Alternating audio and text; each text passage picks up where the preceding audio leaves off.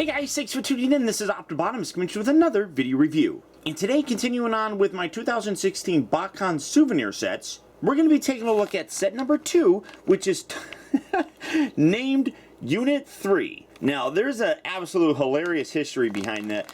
Basically, what you have here is a repaint of the Protective Bot Streetwise. As with all these souvenir sets, you just get it in this little baggie. So bringing out my little X-Acto knife, cutting that just like so, getting that out, and here you have UNIT-3. Now, this is great. Again, this is a figure that can be combined to create Magna Boss. Specifically, I think they have him as the right leg. I don't honestly know. It's not something that I'm going to utilize, but this is actually a terrific figure. We're going to get into a big history lesson with this guy, and where this actually homages in terms of Beast Wars history. But you come around here to the back of the I guess, paper thin kind of plastic here, and you have his tech specs. Now, this is really cool. It says, the Maximal now known only as UNIT-3 is a surviving member of the similarly named battalion. Shocked from the trauma, he has buried all earlier personality traits under 3 quadruple encrypted layers in his central processing system, and now only responds to his new self-appointed designation.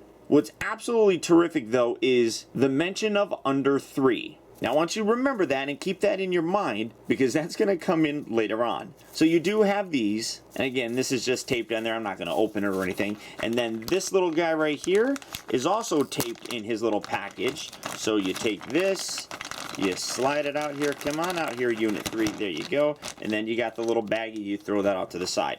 But here he is in a really cool looking deco, and honestly, this is a bit of a sleeper figure, if you ask me. I think that of all the figures that they did, this one, I think, very quietly stands out as being one of the best. The deco on this just looks absolutely terrific. The yellow looks really nice. You got a lot of different black stripes that come through. You got the red on there as well. You come around here to the front of it, you got this really cool grille section with silver and red paint, and then the headlights have this really cool red paint through there, but with these black lines. Obviously, you have the Maximal logo there. Just in general, really cool looking paint scheme on this guy. Again, much like with every other version of this, you do have this piece right here that kind of breaks up that paint aspect that they have here. I wish there was a way that they could have done that. I mean, I probably can do it, but I'm not going to do very straight lines. But that looks really very cool. For his accessories, he does come with this foot hand sort of thing. As I said, he can be, as part of the Combiner Wars sort of gimmick, he can be either an arm or a leg. And like I said, looking at here, I can't really tell very closely. Although he might be an arm here. I don't know. Like I said, it doesn't really matter. You can have it be, either or. You got the little peg right there, so you can put that in if you wanted to. You do have his triple barrel kind of shotgun in this nice black paint.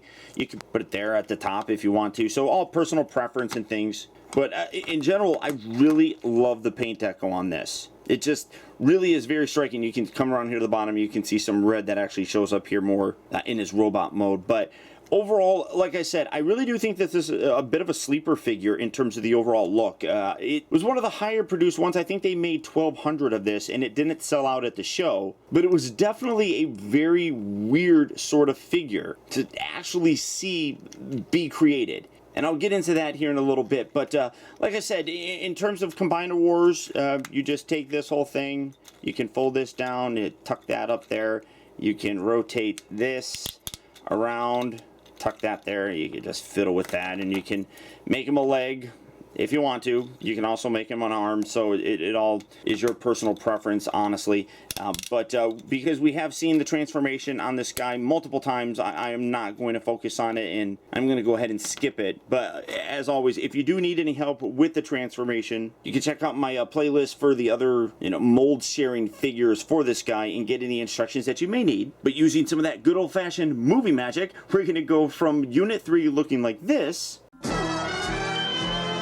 to looking like this. And I absolutely love the way that this guy looks. Now, this is a character that people probably have zero clue who he is. Now, like I was talking about in the bio, it mentions specifically the term under 3, and his name is UNIT-3. But people are probably going to be like, where is this character from? In terms of Beast Wars, we never saw this. The funny and absolutely hilarious thing is that this is in reference to this. I actually went out and bought this. This is a toy from McDonald's from 1996. Now, one thing that was awesome, I got a bunch of them here. I bought a bunch of them. You can see you got Panther, and you got Rhino, and you got Manta Ray. Now, in this wave of toys, most McDonald's figures, or most McDonald's toys, has what they consider an under 3 years of age toy. Like, these are regular toys. These are all still sealed in their bag, and they're a little bit more complicated. There's more parts and things like that with it. But with this, it just says under 3 toy. So where the name for all the other ones, like where Panther was, it just says under 3. So this was kind of named the under 3 toy. That was just the name of it. Nobody had an idea of the name. It was just under 3. So that's where the name came from. And this is a direct homage to that. So getting all this stuff out of the way, I did open it. It was like a 20-year-old toy sealed that I opened to show you this. This was its robot mode. And again, this is just because, or I'm sorry, this is his beast mode. And this is why it was for kids that were under the ages of 3. Because all you do is you separate it and you lift it up. And look. That's awesome. I mean, this really, in terms of just the complete ridiculousness of it, is now my favorite figure from this entire Botcon set. When you come in and take a closer look at it, it's so amazing how this mold actually works very nicely for this. You can see in terms of the paint, they did a nice job of carrying over how it looked in the original toy, I guess. The head looks really good. You got the silver around the outer rim. You got the red for his eyes. One thing that's also really cool, and I don't know if this was intended or anything, but the blockiness of the lower portion of the legs really resembles what they have going on here. Now, knowing Pete Sinclair, I'm sure we would probably say that, oh yeah, I planned all that. But this is terrific. Here, I mean, in terms of a vintage toy, this is it. This is under 3, and they repurposed it to create UNIT-3. Now, as I talked about, you can have this be an arm or a leg for a Magna Boss. I don't really particularly care for it. I'm just very happy just to leave it like this. His articulation is all the exact same that Streetwise has, as this utilizes the same mold and even the same head. So you get the ball joint for the head, you get the ball joint for the shoulder, you get the swivel here at the upper part of the bicep, you got the hinge right here for his elbows. I guess you could kind of say he's got wrist articulation and moves in and out just as part of the transformation. The waist here rotates, you got the ball joint for the hips, you got a rotation for the upper part of the thigh, you got a hinge here for his knee. So all that same articulation is there. In general, this is a great figure. Like I said, for some reason, even before actually getting a closer look at this little thing, I think the colors just worked really nice on here. You got a really nice Maximal logo there. It just, in general, looks really cool, and the obscure nature of the homage just really makes it that much fun of a toy. So there it is, your look at the Transformers 2016 Botcon exclusive UNIT-3. At the date of recording of this video, there actually is some UNIT-3 figures that are currently available via the Transformer Collector Club website. They were left over. This figure did not sell out at the convention, so if you're interested in picking this guy up, he is available. So all you have to do is click on the link down in the video description. You'll go to the Transformer Collector Club website, where you can check out availability on this guy, as well as the rest of the available 2016 Botcon figures. But beyond that, guys, that's about it. So once again, I want to thank you for tuning in. This has been Optibotimus. Don't forget to please like and comment, and be sure to subscribe in case you haven't already subscribed. That way you never miss a future review.